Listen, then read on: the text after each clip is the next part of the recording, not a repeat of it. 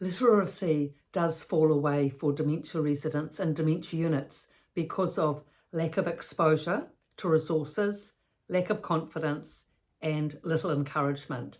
But for those dementia residents who do manage to maintain their literacy, they're a great inspiration for other residents in the unit. Where I worked, about 5 out of 30 managed to maintain their literacy. One woman came in, highly literate, good conversationalist, articulate. She'd read and do crosswords, quizzes, read books, more magazines than books, but she was always reading something. And she used to say to the other dementia residents, "Why aren't you reading? It's important to read." And because of that, her assertions in this way, it would actually motivate, and did motivate, the other residents to at least pick up a magazine and look to be reading, even if they actually weren't. And most of them could actually read the titles when they made an effort. I mean, when you haven't engaged in an activity for a long time, you know, the whole old adage, use it or lose it, you actually lose the skill and the interest to read. If you haven't been reading for some time, you lose the ability to concentrate and focus. So just like if you've been on social media for too much time, then it's actually hard to get back to reading. Same thing. If you've been in a dementia unit and you haven't been reading, you haven't been exposed to it, you sort of lose the art or the knack or the interest or motivation to read. That's why it's so important to keep the reading up. And when the person comes into the dementia facility, that they have their newspaper subscriptions, their magazine subscriptions, their crosswords, their quizzes, all to come in with them and to maintain those subscriptions. So they've got lots of new material to be able to work with and work on. So this particular woman was a great inspiration. Really, when she came in, it really changed at the unit, because before she came in, when I first started to work there, the residents were very shut down and shut off. A lot of them had higher levels of medication and they were just unable to bring themselves out of that dopey, drowsy state that you get into when you're medicated. But in time, that changed.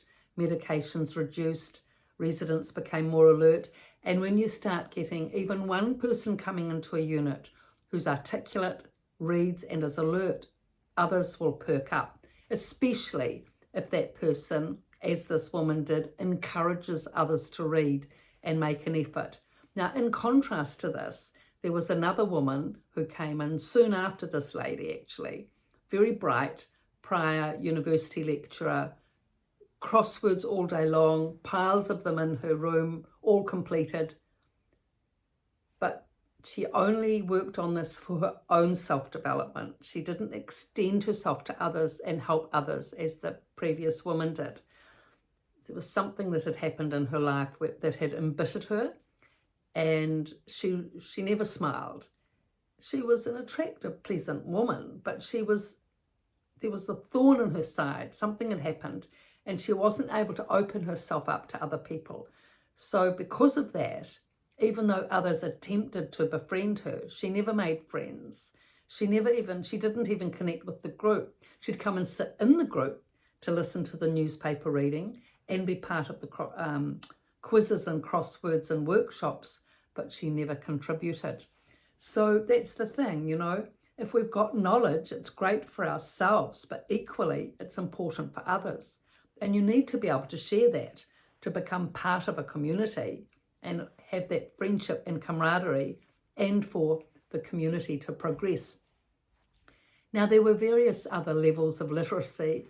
There was one woman, she was a lovely lady. She was so smiley and chatty and lovely, and never let anything get her down, even though she actually suffered quite a number of difficulties in the unit, including the fact that she had a boyfriend, and one of the other more assertive ladies took him off her, which I would have thought would have been rather a, you know, dramatically depressing thing. But surprisingly enough, she accepted it. She was that good-natured. She tried to keep connected with the boyfriend, but because this other assertive woman was more dominating, the boyfriend just went with her.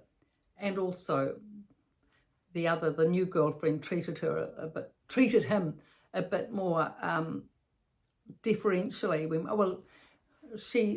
How would I say? Every whim, she was always there to help him with everything, whereas this other woman was a bit more independent. Anyway, she went off with him, the new girlfriend. But the old girlfriend, undisturbed by this, great character, I thought, was a good reader. She would stand in front of the smart TV, David Attenborough, loved the animals, as many of the residents do, and she'd read all the subtitles of David Attenborough, read them out to the other residents, clear as a bell. I said to her family, actually, your mother's a really good reader. And they said, yes, she's always read. I tried to say, well, can't you bring in some material for her to read, like magazines, or can't she have the newspaper subscription? They didn't know. Anyway, she had no material to read. So she just only had the subtitles of Netflix to read. So that helped. And I also got her some National Geographic magazines I found, and she was fabulous. She'd sit at the dining table, read about all the animals of Africa, have a little crowd of other residents around, show them the pictures, read some more, get conversation going. She became a little teacher in the unit, and everyone else loved that. So it's just picking up on those one or two little points, like if mum's a reader and mum's a reader and you've been told that she's still reading, then really the next step is to bring her in reading material. If your parent shows any interest in reading whatsoever, to bring in the material so they can read. It's so important for their cognition. And of course it goes right down, like there's some dementia residents, of course, who are aphasic, can't speak, they can't get their words out in a clear manner. There was one resident like this, a younger woman, and very attentive, astute, understood everything that was going on, couldn't speak. But she could write, she could read, and she could actually remember the staff's names incredibly. She couldn't speak a sentence, but she'd say their name and remember their name, which was remarkable. So that was her way of communicating, writing things down, reading the headlines of the newspaper and knowing the names of the staff. So in a dementia unit, it's nothing standard, really. Nothing is standard. It's big range and everyone needs to be catered to. So I've written about all these topics in these two books, The Resident's Voice and The Resident's Rise. More information on these in the description below, both on Amazon. So thank you for your looks, views, likes, and the little surge in YouTube with Granny taking off there. Thank you very much. And we appreciate all this. Thank you for your support. And hopefully people out there are getting help with this work. Thank you.